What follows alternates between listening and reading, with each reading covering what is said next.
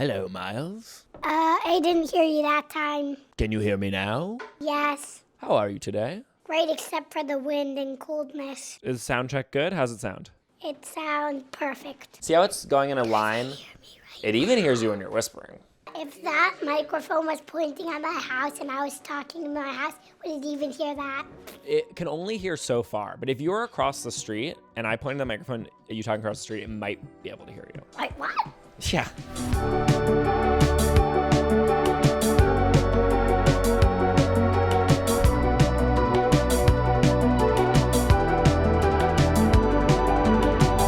Hi everybody, welcome back to Gems with Miles and Julian. I'm Julian. And I'm Miles. And this is Gems with Miles and Julian. The first ever podcast hosted by a 7-year-old and a 25-year-old.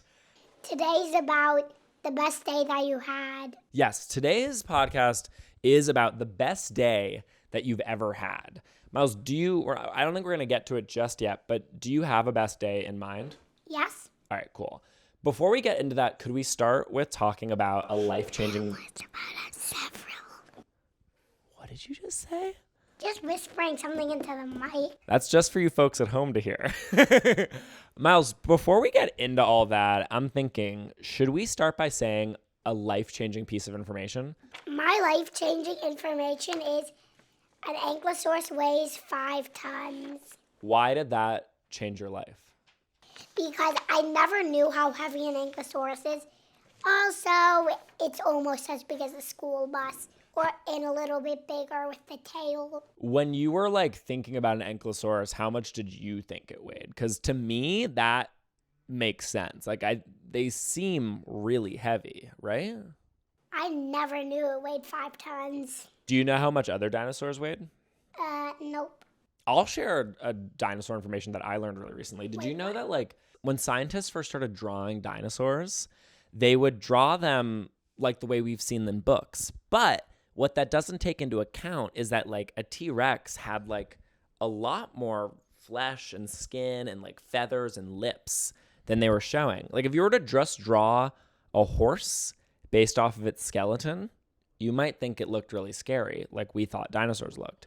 Just telling something to whoever's watching this. What? I know Julian's life-changing information.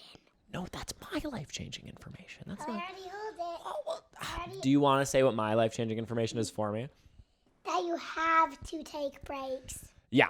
My friends, my life-changing information that I really learned maybe in the last month was that you have to take breaks. Miles, I was not taking any breaks, and I was getting so wiped out. Even from the podcast? Even from our podcast. What? That makes no sense. But that's the thing is when you work so hard, you can't actually enjoy the things that you love to do. You know what I'm saying? Oh, yeah. If you never had vacation from school, do you think you'd still be excited to go in every day? Yes, because I have a lot of friends and we like playing every single day. And that's super real. But imagine if school was you were just alone with your computer and you didn't get to hang out with friends. I would just play Minecraft for the whole day. This is an interesting twist on my whole life-changing information. So maybe I wasn't doing the right things on my computer. Oh, yeah. Yeah? Because sometimes you could take a break from doing one thing and do another thing. So, Miles, it's cold. It is so cold, which means I'm not gonna like it. How do you deal with the cold, though? Wait, I'll tell you what I actually do. Please. I roll my hands into my sleeves, and then I put them inside of my body, warming me up. Oh, you all the way in your shirt, and then you hug yourself? Sometimes I poke my hands out. Oh my God. I used to do that a lot when I was a kid. So how was your vacation recently? It was fun because I got to see a dog in my extended family. Wow. I love a dog in the extended family. Tell me about this dog. Well, it's just super barky, does nothing but barks, and sometimes curls up with my grandparents. Did dogs ever annoy you or no? Sometimes they annoy me. I don't really like little dogs. I think I don't understand them because I don't understand how something can be that small and alive. I understand them. Really? Yeah, because dogs are in all different sizes, even cats too. True. Have you ever seen a bug, though, and been like, how do they do that? Do what? Like, function. They're so little. Do flies have brains? Sophie, can we fact check that? Before we know the answer, Miles, do you think flies have brains? Almost every single creature has brains, but I think the answer is no, though. I think the answer is yes. Sophie? Flies have brains. Wait, what? Oh, interesting. They have the smallest brains, though. They have small brains. Worms don't have brains. Oh, yeah. Octopuses, 3 hearts. Worms have 3 hearts. I meant 5. I think so. Fact check? 5. Wait, what? This was your information. Did you make that up and you just happened to be right? My friend who always lies told me. We'll be right back. And we're back. Are we about to have a guest on the show? Yes. Who are we about to have on? Adam. Who is this Adam? Adam from the band AJR. We have the A of AJR, Adam Met. He is a professor of climate policy as well as an environmental advocate. Adam, welcome to the show. Thank you so much for having me. I'm so excited to meet you both for the first time. I know. We've been talking for a while, but I'm Yeah. happy to have you here. So, Miles, I want to know, are you a fan of this band? Yep. How often do you listen to AJR? Most of the time. I have a song or two on my playlist as well. So I think we're both fans, I can say. Miles, when did you first find out about AJR and what struck you about their music? Just listening to music and then hearing this random song by AJR.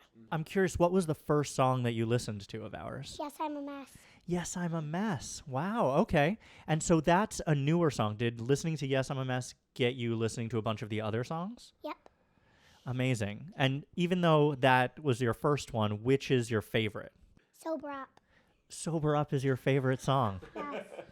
Wow. So are you aware that there's like a big, you have a very young contingent of your audience? Yeah. So it's actually really exciting for us that we have so many young viewers because we've been doing this for about 18 years. So we've been doing it for a really long time and we've been touring the United States, touring the world. But we've had fans who came to our show when they were young, when they were teenagers.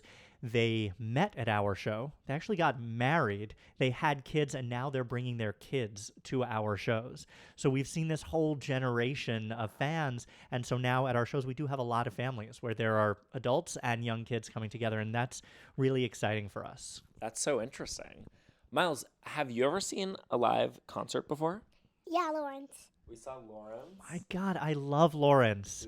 We love those two. Hello. What is so magical? What is that special feeling of being at a live musical performance? It's so joyful and happy. Also, it's kind of exciting. Also, kind of scared. Really? Why? Well, on your first time, you don't even know what happens. And on your second time, you might know, but you're still a little bit scared. And then third time, you probably know a lot. You've been there, done that. Do you remember your first concert, Adam? So my first concert was actually in Brooklyn. Really? And I went to see an artist called Paul Simon. Whoa. And he was playing at a place called the Brooklyn Academy of Music, which is not too far from here. And he had another artist opening for him, and that artist was Josh Groban. Wow. So it was a crazy concert. And Paul Simon is one of my favorite artists of all time. I grew up listening to a band called Simon and Garfunkel. And it was one of my dad's favorite artists. And so we listened to it a lot on a record player. And honestly, Miles, I totally agree with you. That being my first concert, it was really overwhelming because there were so many people there.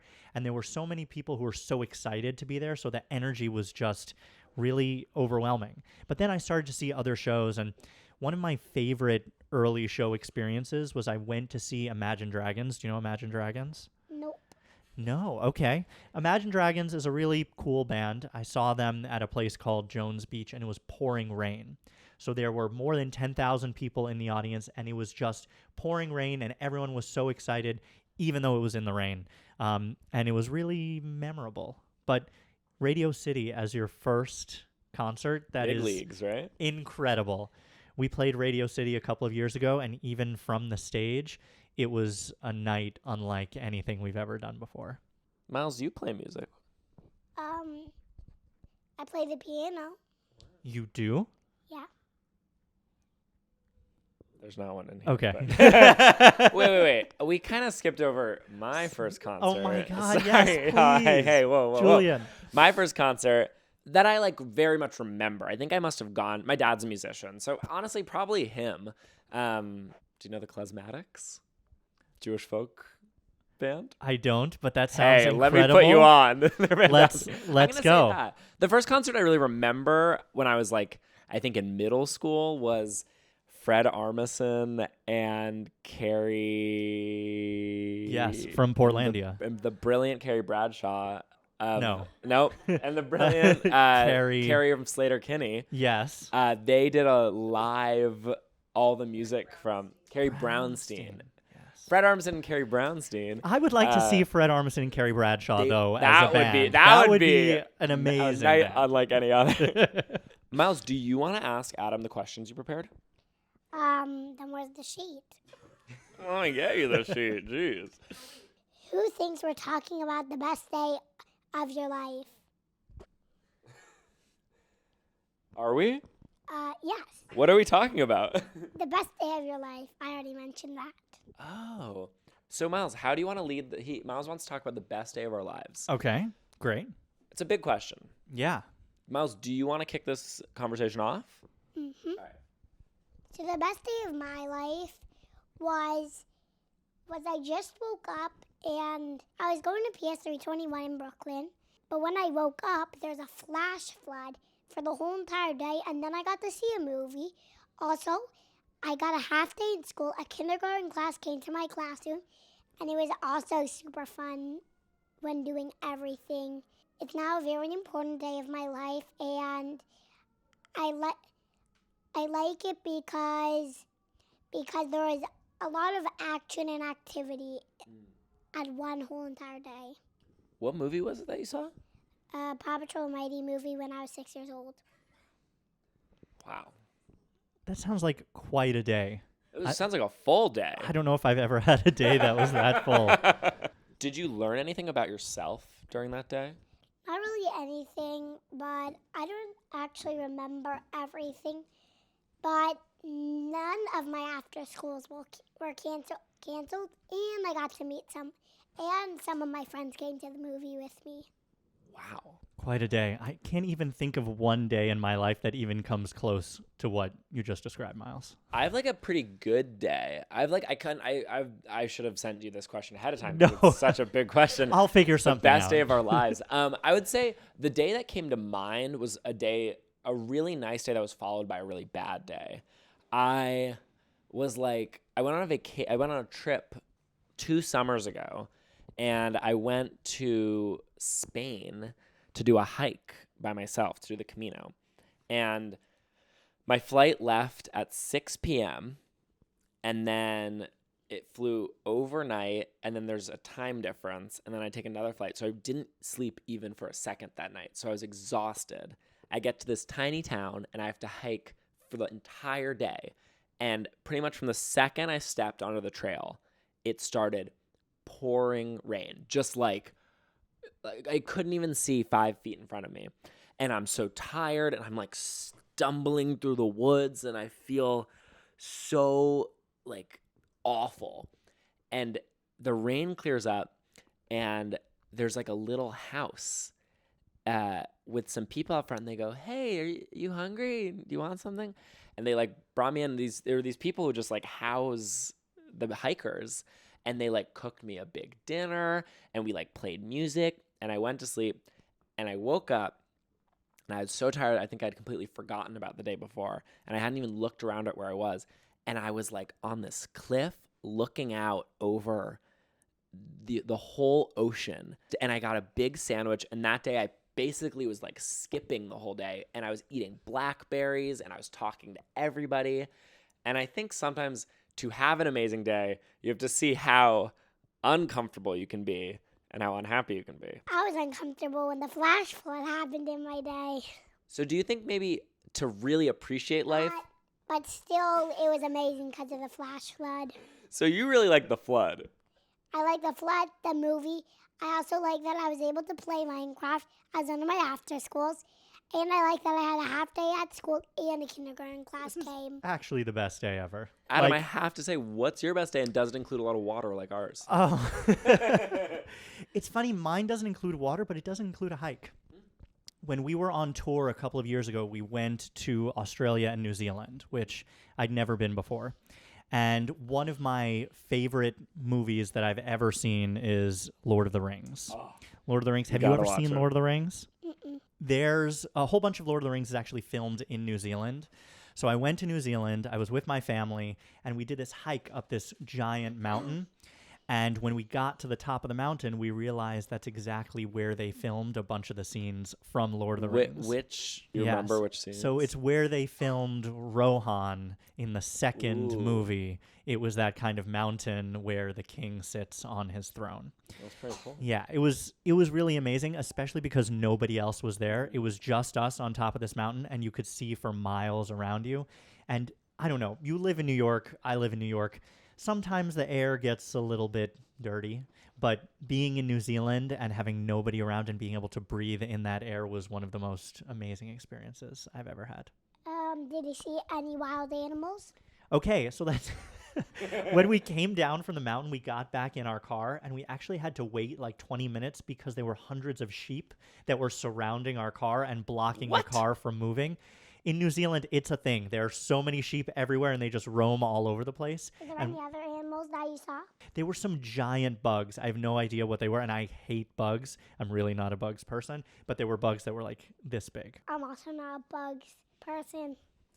I like bugs, but I don't want to touch them. Mm. Something I learned recently that's 100% true, and I tested it, is if it's nighttime and you have a headlamp and you put it to your forehead and you like go like this with it, the eyes of spiders shine back at you, and it looks like there's little pieces of glitter in the grass. Wow. One time I saw a beetle, and the beetle was about this big. Did you eat it? No, it was an alive beetle at the park. Have you ever eaten any insects? I do not know. Hmm. No comment. Okay. You've never eaten a worm? What does a worm even taste like? That is said like someone who's acting like they don't know. Have you ever eaten a cricket before? I've eaten a cricket. Nope. I've eaten ants before. Right. That's disgusting. They have a lot of protein in them. Adam, we prepared some questions. Amazing. You're really good at asking people questions. Julian cheat. What? What? I think I need to show Adam the sheet. Oh. Oh. I was like, cheats. I don't do anything. Hey Adam, this is a very serious question. Do you like quinoa?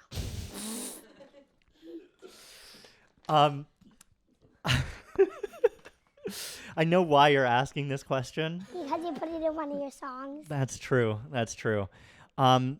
I'll eat quinoa, but it feels like the kind of food that you have to eat if you're trying to be healthy, and it feels like a very adult thing to do. So that's why it's in the song. Do you eat quinoa? I only ate it about 2 times. Do you like quinoa? I sometimes like it, but I don't like the taste a lot of times. It's Yeah, a big part of food is the taste. I agree. I'm going to say it too. I don't like quinoa. My mom, Lauren, always tries to make me eat it. Give me barley.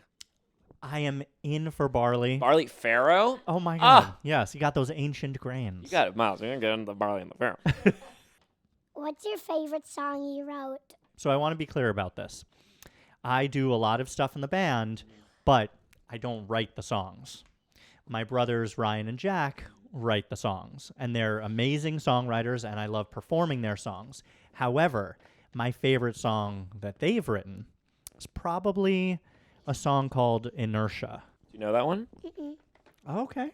All right. Can you tell us about your brothers? Which one would you like to hear about first? I don't know their names. Okay. Would you like to hear about the one with the hat or the one with the glasses? Glasses. Glasses. Okay. So the brother with the glasses is Ryan.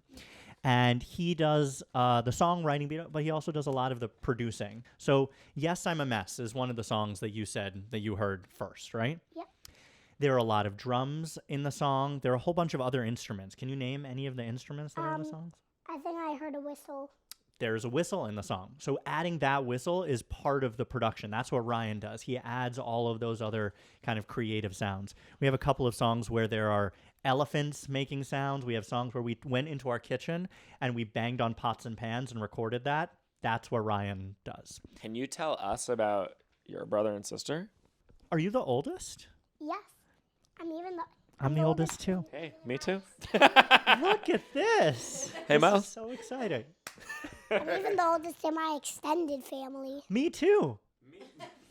Okay, pause. Sorry. Julian from the future here, just popping in to interrupt your listening/watching experience of this GEMS episode to let you know that right at this moment while we were recording the podcast, the battery died in our microphone.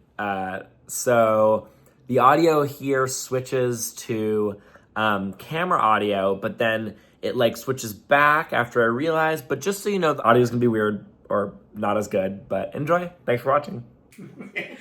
Oldest son. Let's go. What do you think you get from being the oldest, Miles? I get the most ideas. And I get the most annoyed.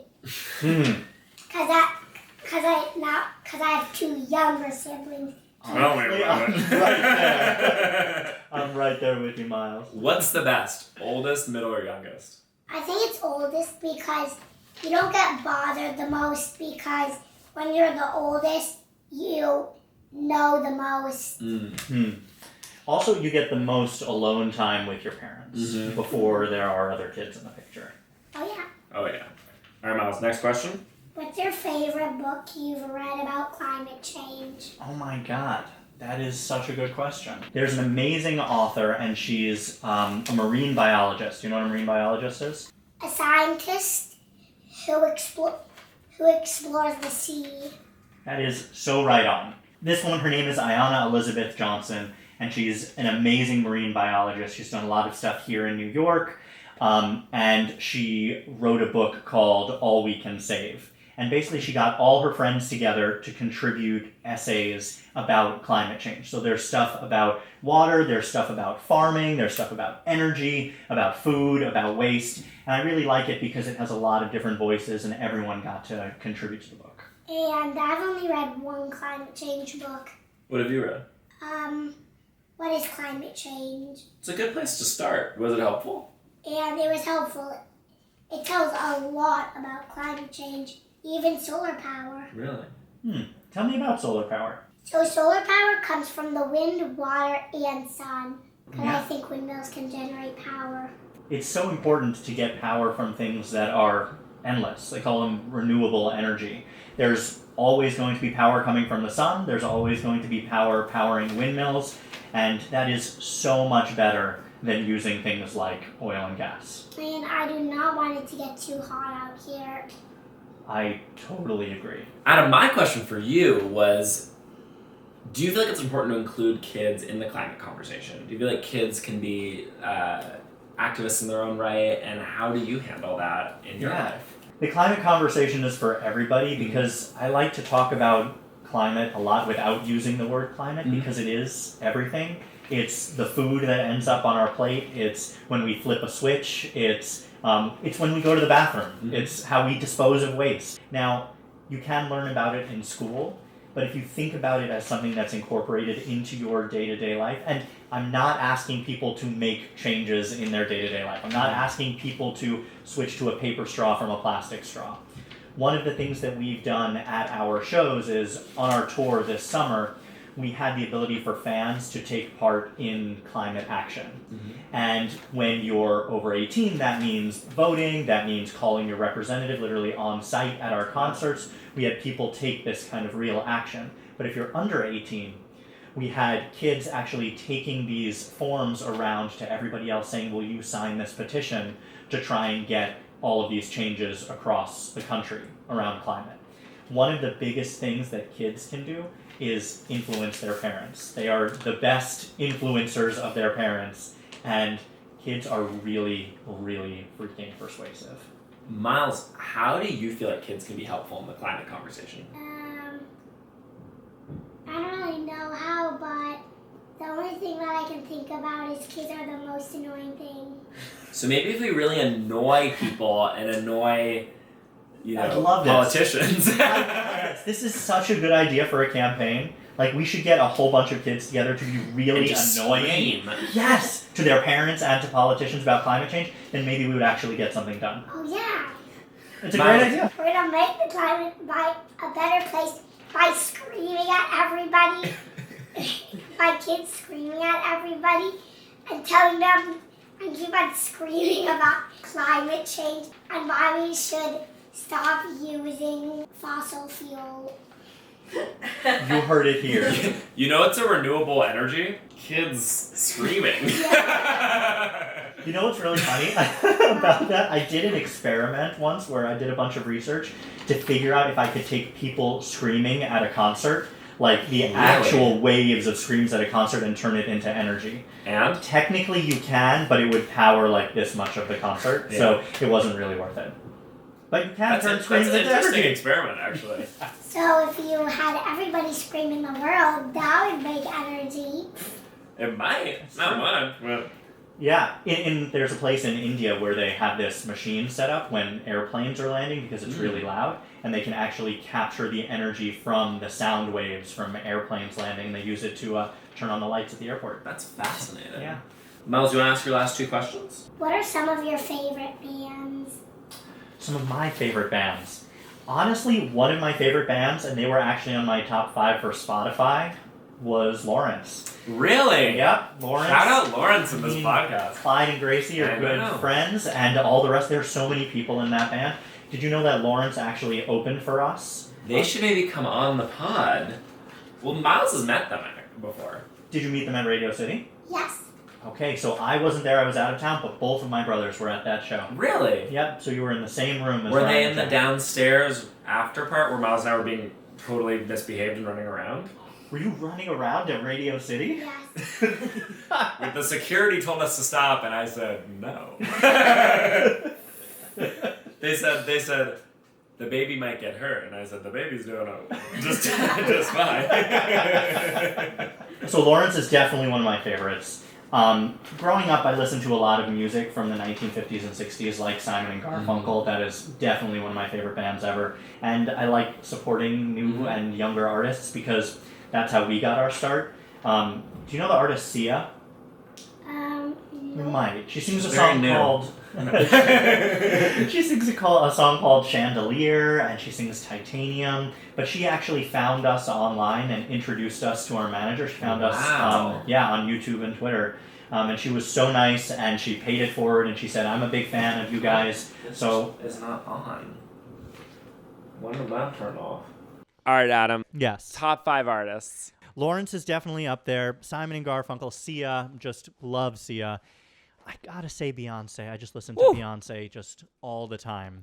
Is one of them your own band? Honestly, no. I love our music. I love performing our music, but I would never really listen to our music just because. I listen to it on stage. We did 50 shows this summer. I had to listen to the songs over and over and over again. So wouldn't you get tired of them? Other songs. Miles, what are your favorite bands? Definitely AJR. Lawrence. And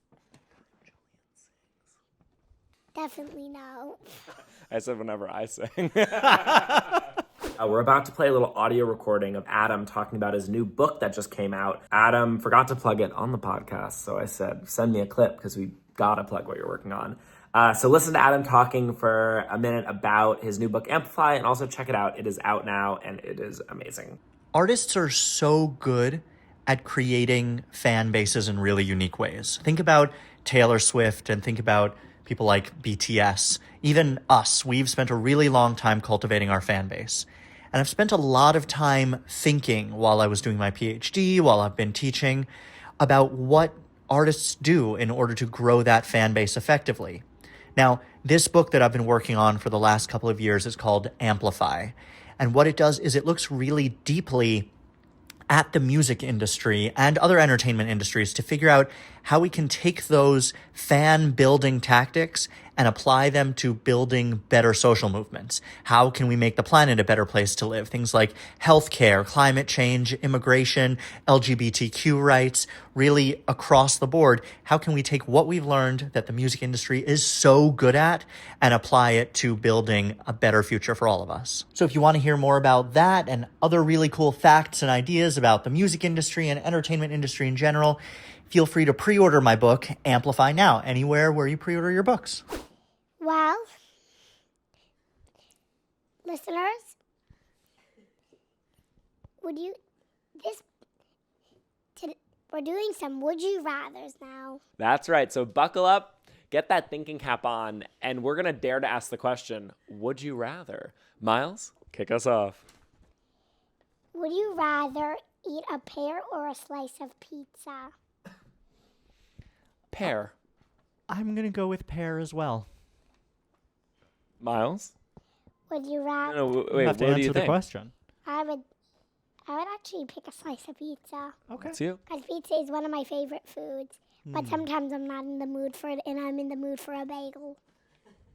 Like that one right over there. What kind of bagel is that? Cinnamon. Cinnamon. Nice. Question 2? Question 2.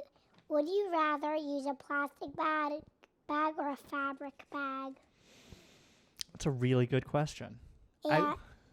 And it's an easy one for you, Adam. So I shouldn't take any time to think about it? Yeah. I would rather use a fabric bag.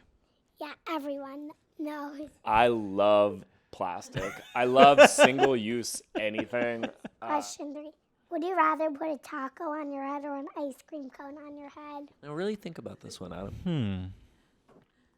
Because I'd rather put an ice cream cone Really? so that I could eat it after. But what if it drips down your face? I didn't say that ice cream on the ice cream cone. Oh. Is there stuff in the taco shell or is it just a plain taco shell? Rice in the taco shell. Then definitely just the... Definitely the ice cream Also, cone. it's funny shape. Yes. All right. I came up with these quickly. So, Great.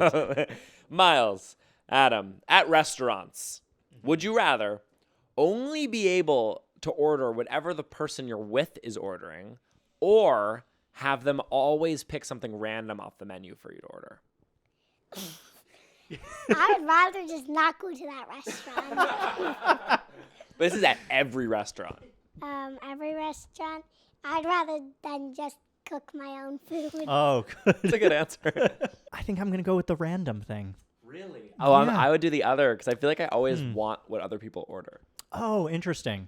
I always want more variety. Like if I go to Japanese food, I always want like 10 different things. So I get a bento agree box. with Julian so that I could convince the other person to order what I want. Oh, that's very manipulative.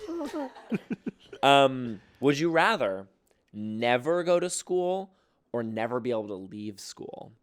I'd rather pick never go to school. Yeah. I feel like that's an easy one. I'd rather never go to school too. I feel like you can learn a lot not being in school is what I think. Yes. Yeah, you could learn a lot just by your parents. Especially Mimi. And my last question, I just want to end on something light, something that's, just good for the brain to think about. Zippers or buttons? Zippers. Zippers. All in on zippers. Buttons. I like the aesthetic Wow. of them. I like how they feel. Okay. That's nice. Zippers I can break. respect that. Buttons, you sew them back on. Okay. But what if all of your buttons fell off at the same time? I would be so in trouble. I would not know what to do. Miles, do you have any words of wisdom before we go? I don't even know what a word of wisdom is. Yeah, any positive messages, anything you want people to take into their week? All of my thoughts are almost all about Minecraft right now. And that's very real. That's where you're at, and I hope it never changes. Minecraft is the best thing ever.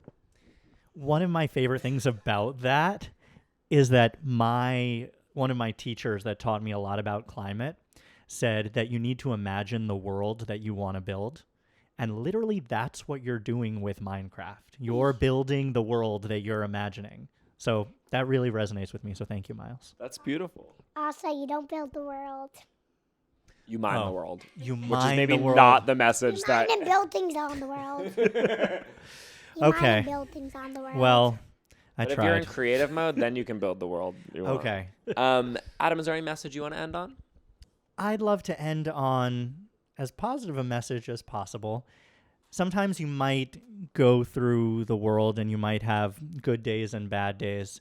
But one of the things that we talked about in the beginning was you see the good days being even better because you have them in comparison to the days that are not as good.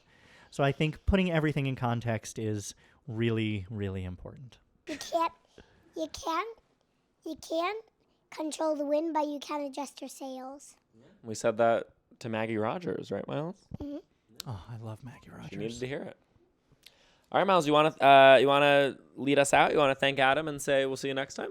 We'll see everybody next time.